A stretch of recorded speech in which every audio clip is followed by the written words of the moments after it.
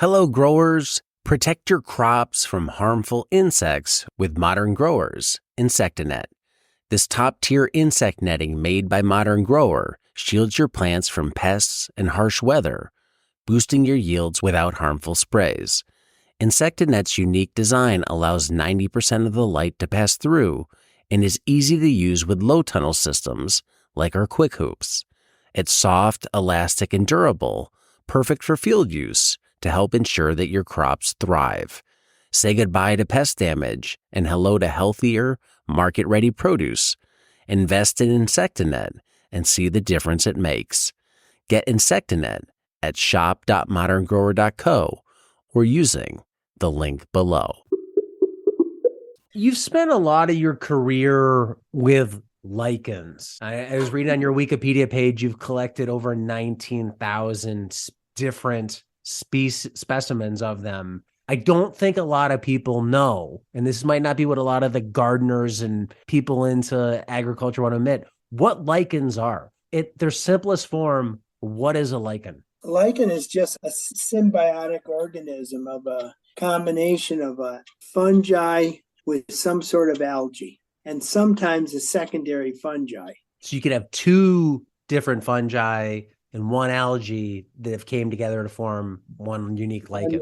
Yeah. So it's a little messy classification process. And rather than like with vascular plants that was started with Linnaeus, it's more closely allied and named by the fungi that's the association and not by the algae. A lot of the algae are in one genus of algae called Trabuxia. About 70% of the lichens are in that group. So it's mostly a lot of different fungi that farm algae. So that's interesting right there. Yeah. Fungi are farming algae. Can you explain how that relationship is working? It's like in nature, all these associations between symbiotic, holistic, parasitic, it's really more of a gradient between those with different organisms. And some lichens, in fact, only occur on like rotten wood and are somewhat associated with fungi in the rotten wood heap. But most lichens are free living,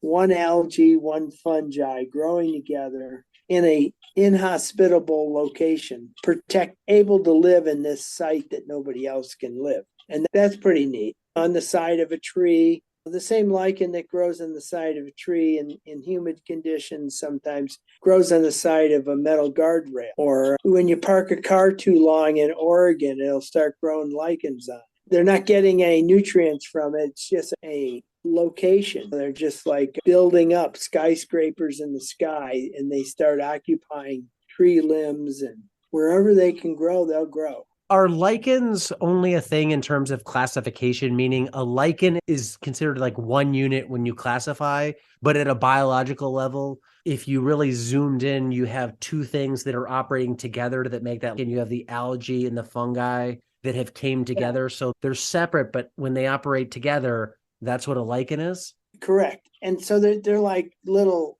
ecosystems of their own. But we do the same thing with tree species. We name tree species, but almost all trees, particularly pine trees, have mycorrhizal fungi associated with their roots, and they never grow without those fungi.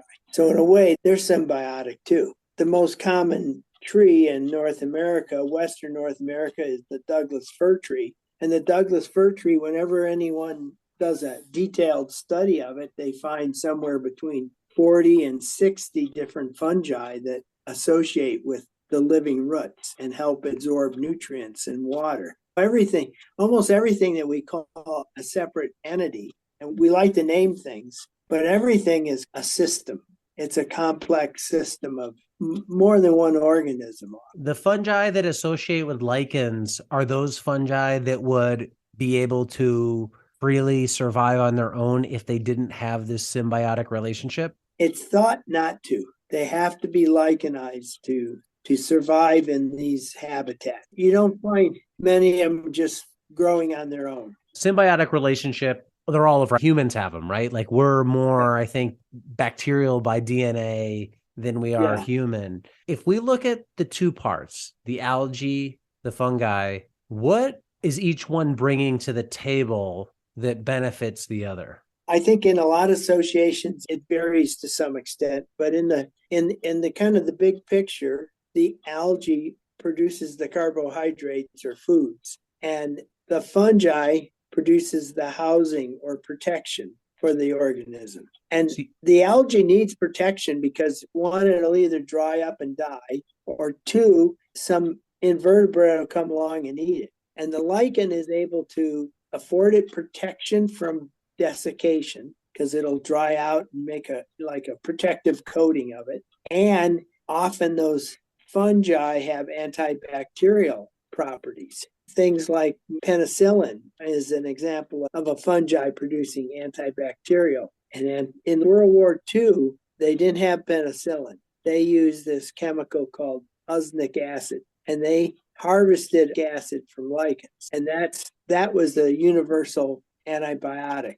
60 years ago, lichens were a much bigger deal in medicine because they were antibacterial. If we look at one part of it, algae, I'm assuming most people know what algae is, but I think when people think of algae, they think of it in association with a body of water. It's in a pond, it's in a lake. How much of algae, the species, maybe that's not the right term, but when you look at algae as a group, how many are more terrestrial based and don't live in bodies of water? Yeah, not that many. Most algae require more moisture. So you have this unique algae that it's out of the norm and it finds a spot like, hey, I want to live here.